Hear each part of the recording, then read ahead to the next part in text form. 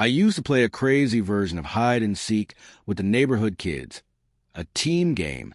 Instead of one lone seeker tagging everyone, we split into two teams, seekers and hiders. The hiders won if any of them made it to a checkpoint. The seekers won if they tagged every hider. To tag someone, you had to two-hand touch their back, like in touch football.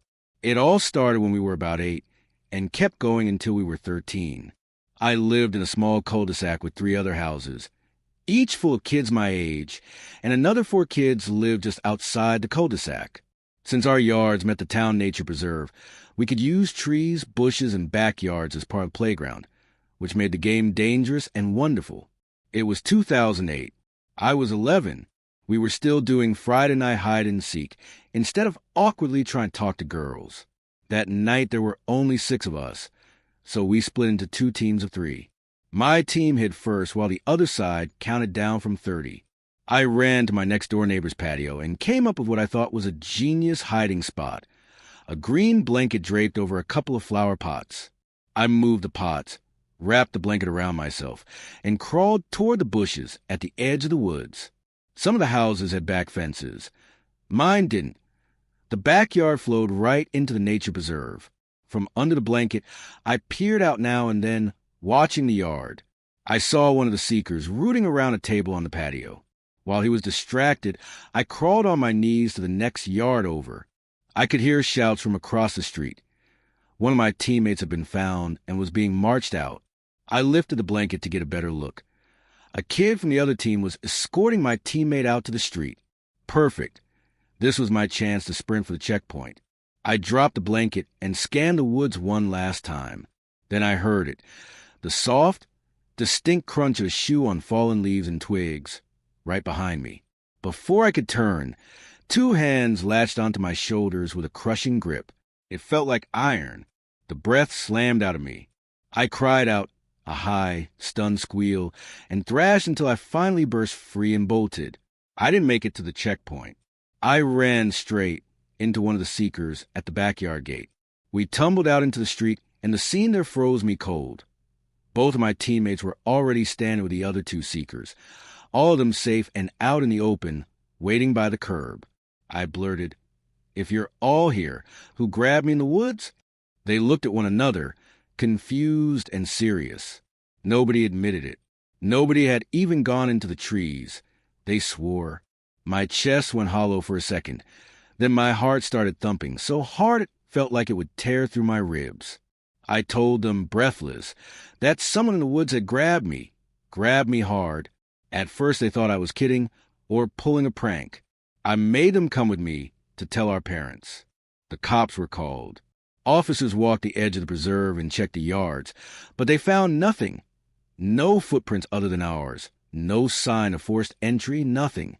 Still, after that night, my neighbor's parents built a 4th fence in their backyard, closing off the stretch that had always opened into the woods. We never found out who or what had grabbed me. The memory of those 2 hands and that snap of a twig behind my ears stayed with me for years.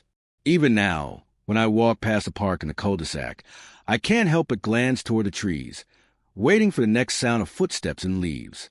We kept playing hide and seek and flashlight tag, even after that night in the woods.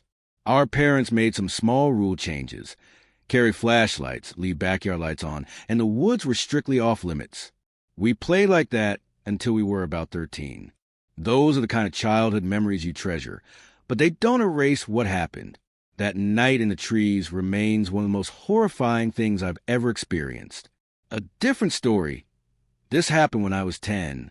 I lived in a quiet little town in New York that barely had anything going on.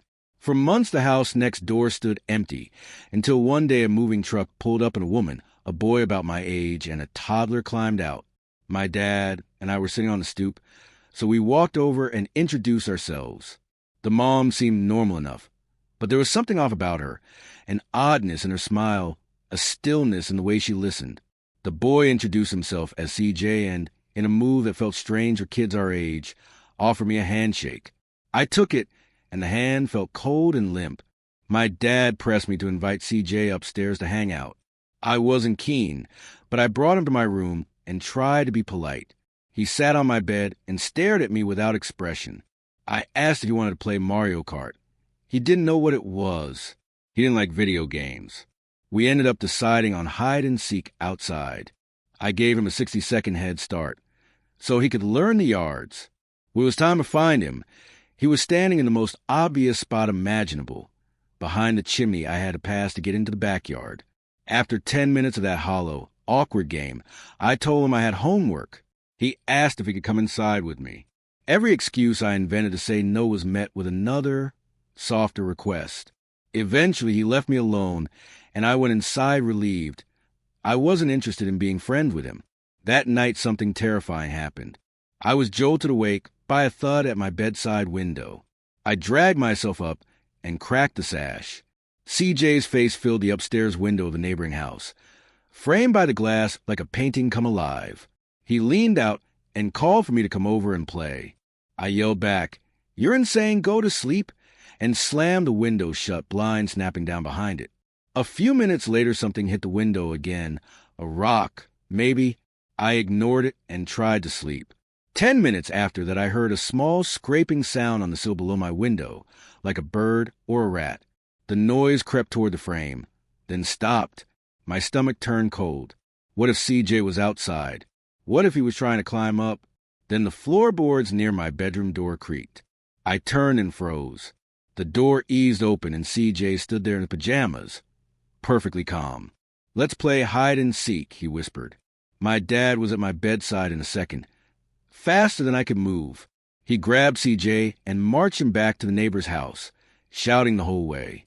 I watched from the window as my dad shoved the boy through their front door and demanded answers. CJ had slipped in through an unlocked downstairs window, the mother later admitted. My dad got a restraining order that day. After that, the mother and I had to live in awkward tension for months whenever our paths crossed. Strangest of all, I never saw CJ outside again. Every night for over a month, I would check the opposite house's upstairs window.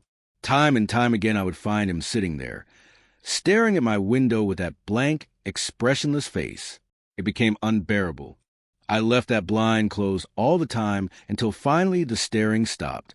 Less than a year later, CJ and his mother moved away. I never saw them again.